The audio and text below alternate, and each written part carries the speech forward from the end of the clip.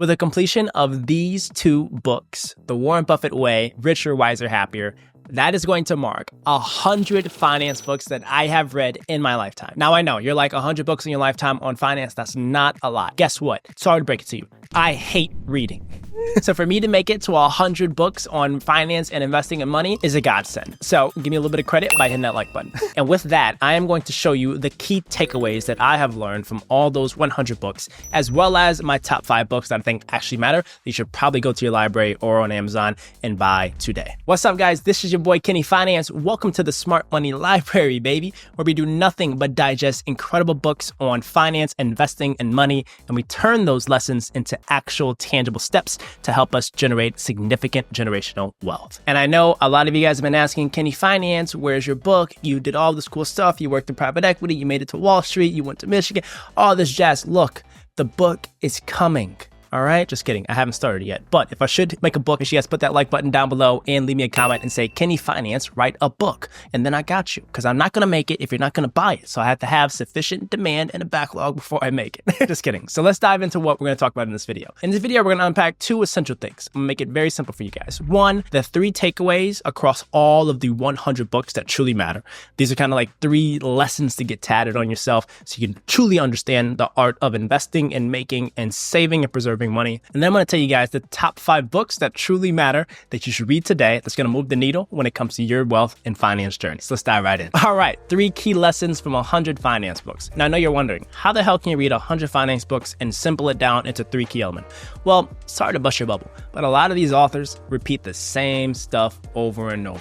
Buy index funds, invest regularly, never sell, diversify, don't buy high, all this other stuff. They're repeating literally the same stuff. I don't want to discredit any of the authors, but I'm saying, like, you guys can spice it up a little bit, all right?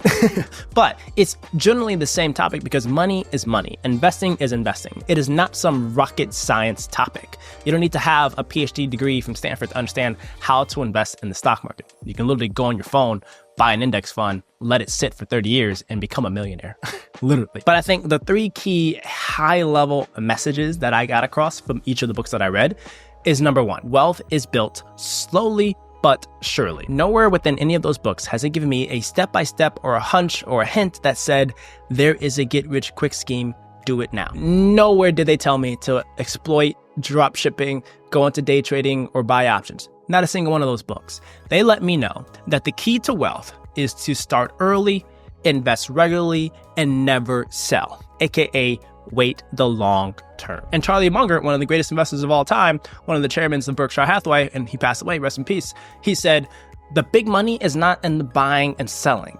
It is actually in the waiting. And that goes to show that wealth will surely but surely be built over time, but you have to 1, start, meaning put money into an investable asset like the stock market today, have the discipline to let it sit, as well as have the discipline to contribute more regularly, and then most importantly, have the patience to let that thing grow. So number 1 is wealth is built slowly but surely. And if anyone is selling you a get-rich-quick scheme, let me know in the comments. I'm gonna go pull up to them and we're gonna handle this the right way.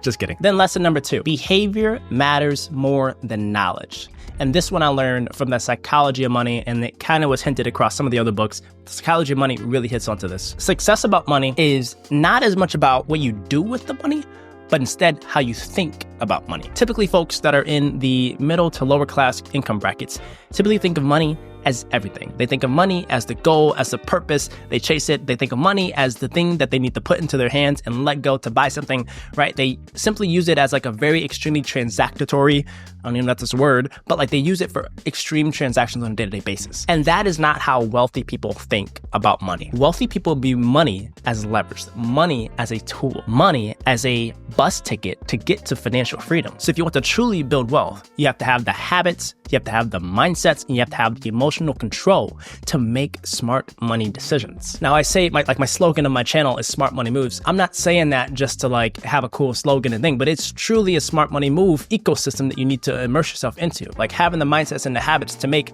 smart decisions about your money. Instead of having smart purchases, I want you to have the systems to make intelligent plays when it comes to your dollars. So start thinking like the wealthy and have the emotional control, have the mindsets and the habit and the systems to start building wealth, instead of having money money as a tool to go spend and buy a bunch of things that only matter in the short term. And this next lesson, number 3, applies 100% to the season that I am in personally, which is in my building season. I'm taking everything that I learned in my private equity career and my 7+ years on Wall Street, and I am doing my own entrepreneurial thing, building my own holding company. And this relates to the long-term big wealth that I'm striving for. And it is ownership is the key to true wealth. And that's just how I define true wealth. I define true wealth as having hundreds of millions of dollars, approaching billions of dollars, a crap ton of financial freedom, a crap ton of time freedom so that I can spend a lot of time with my friends and family.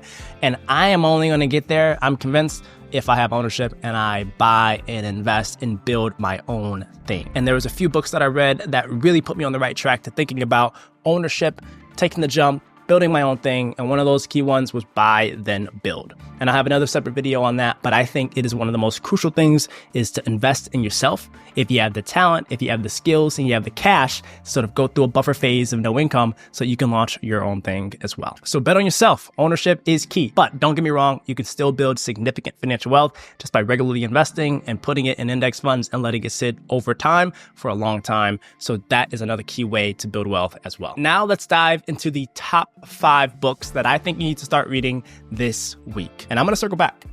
All right. I'm going to hit you all up and I'm going to say, what did you read? Give me a book report. How does it apply to your life? Put it in action. All right.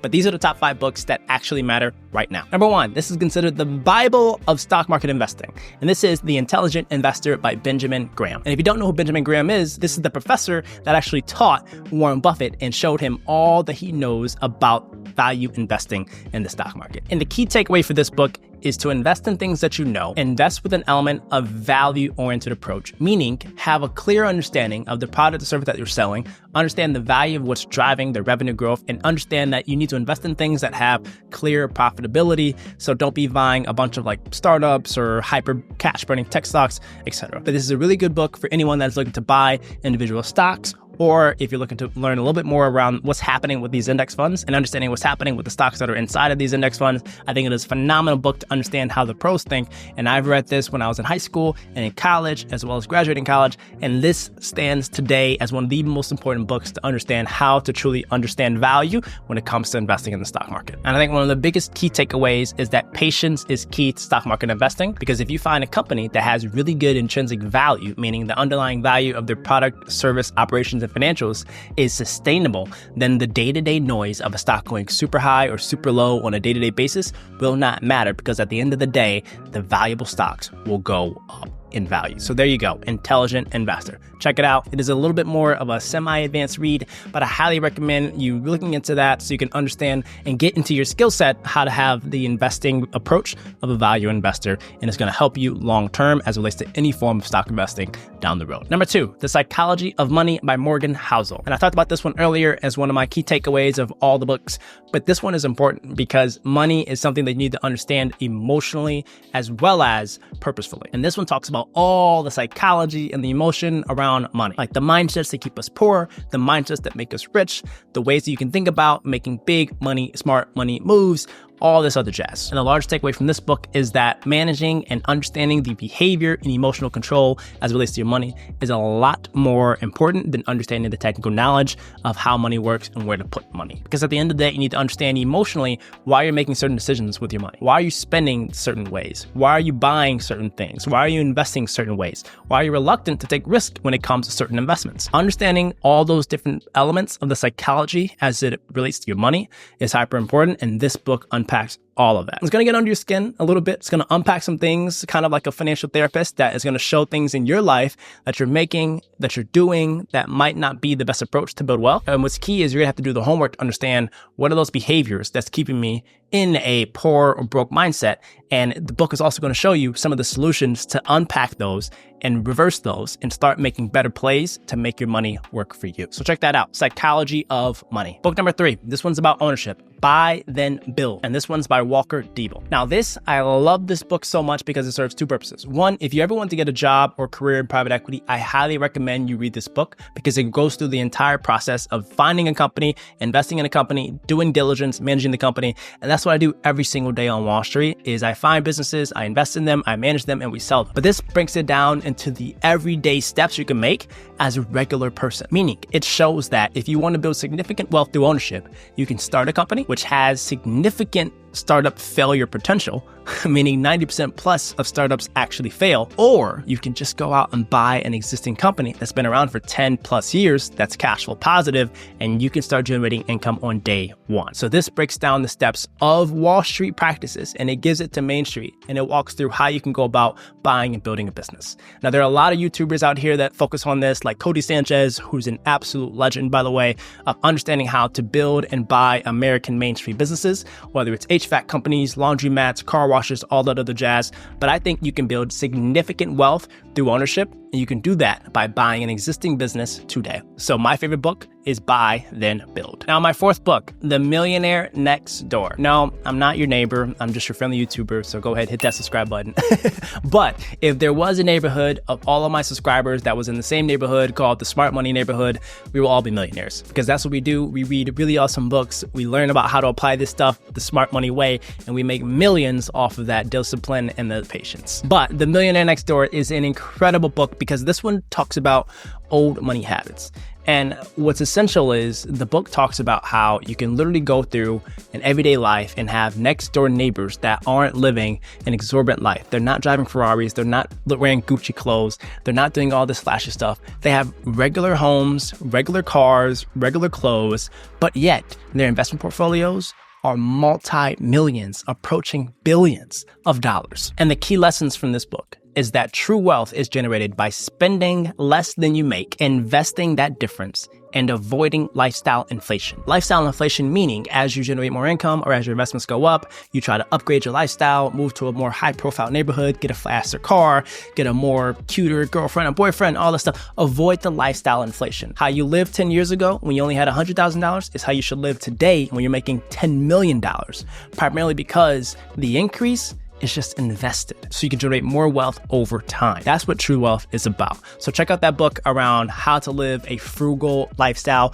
as well as investing like an absolute legend and investing wisely, investing early, The Millionaire Next Door. Now, my last book. I love books that break things down into tangible step-by-step applications on topics by topics. And this one is called The Broke Millennial. Now, I know I look young. I feel like I'm a Gen Z, but I am actually a millennial. And this book literally has an application of a smart millennial investing move for every type of financial topic, whether it's saving, whether it's investing, buying a house, paying off credit, avoiding debt, all that stuff. It is super relatable and it is extremely easy to understand and apply some of the key lessons into your everyday life. I am a big fan of practical guides as it relates to financial literacy, and this one is as easy as it gets. So whether you're a millennial, Gen Z, baby boomer, Gen Alpha, whatever it is, this book relates to you because it unpacks all the key moves you need to make with your money for every single financial topic or stress or concern. So check that book out. So there you go, folks. That unpacks everything as it relates to the key takeaways from me almost reading 100 finance books. Like I said, I got 2 more and I'm going to finish these this weekend.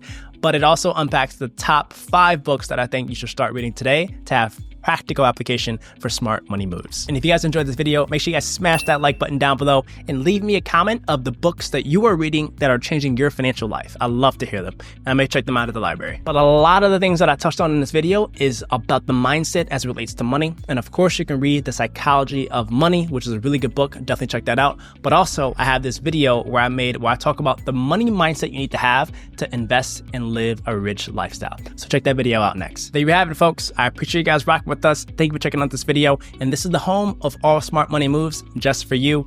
I'm going to go finish the rest of these books because I think this one is literally overdue by a week. So before my library starts coming at my neck, I will catch you guys on the next one. Peace.